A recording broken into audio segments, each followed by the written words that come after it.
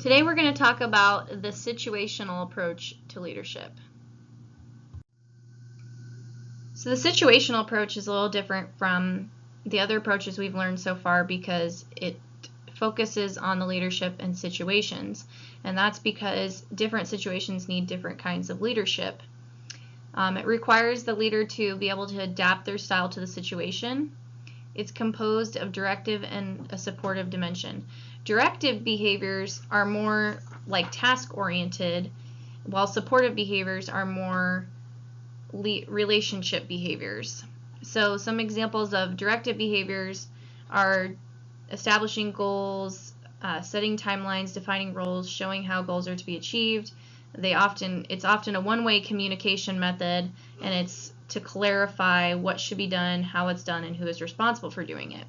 Supportive behaviors, on the other hand, are to help the group members feel comfortable about themselves, their coworker, and the situation, and they often involve two-way communication and responses that show social and emotional support for others.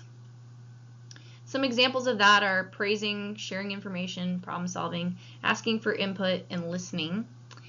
So the manager will use a variation of supportive style behavior and directive behavior based on the development level of the employee.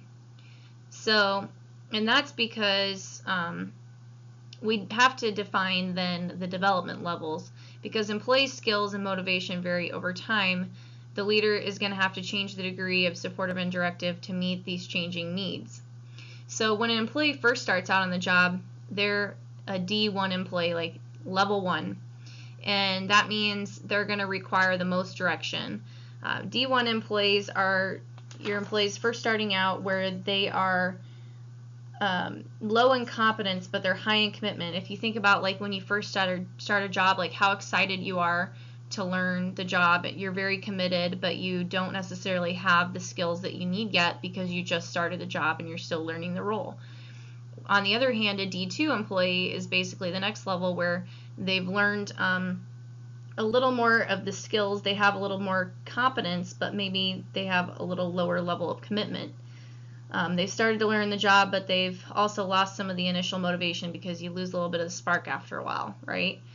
But then they move to phase of D3, which is going to represent employees who have a moderate to high competence, but they may lack commitment.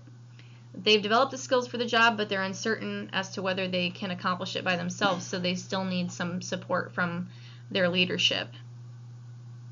And then D4 employees are people who they basically have mastered the level of the job, so they're very high in competence, and they are also the highest in development.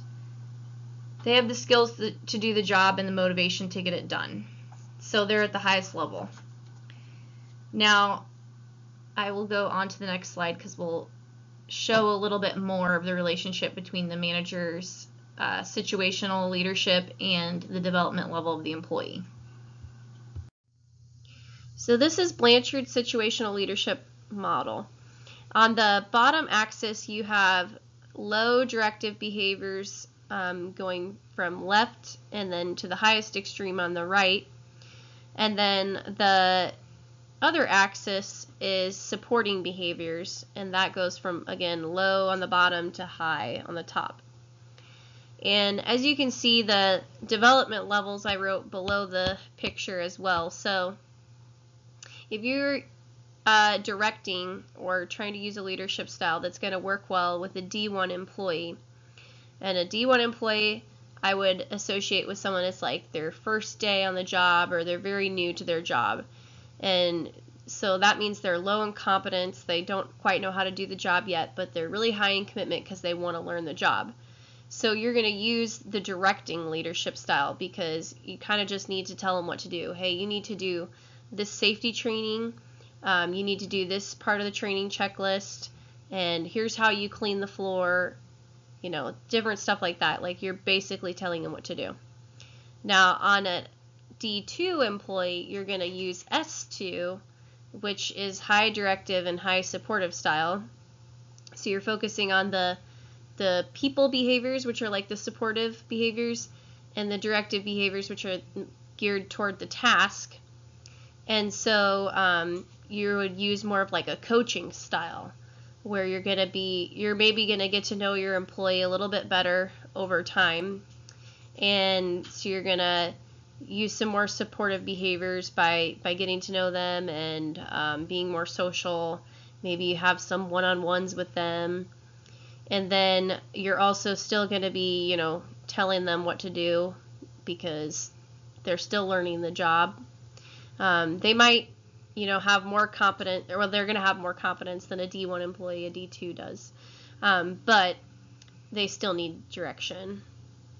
And then a D3 employee is going to line up with the S3 situational style, which is high supportive and low directive style.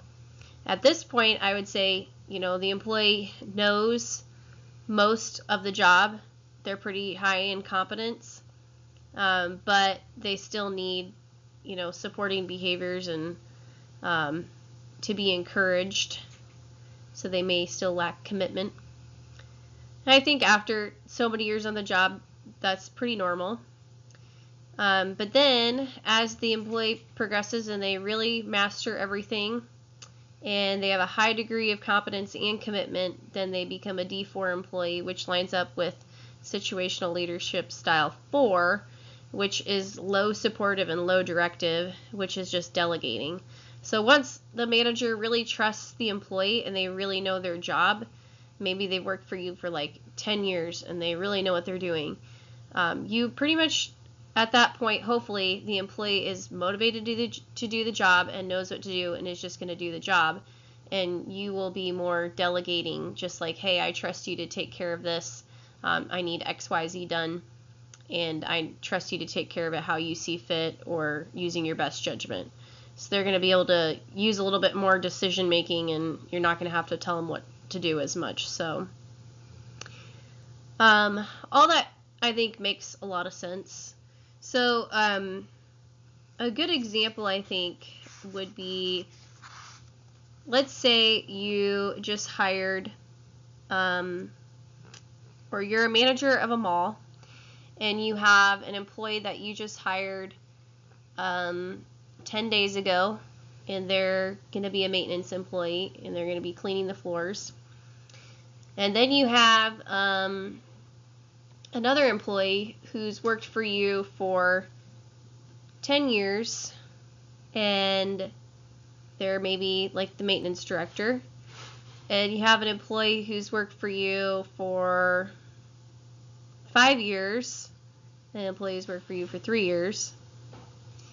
And it doesn't necessarily have to go with like how long they've worked for you.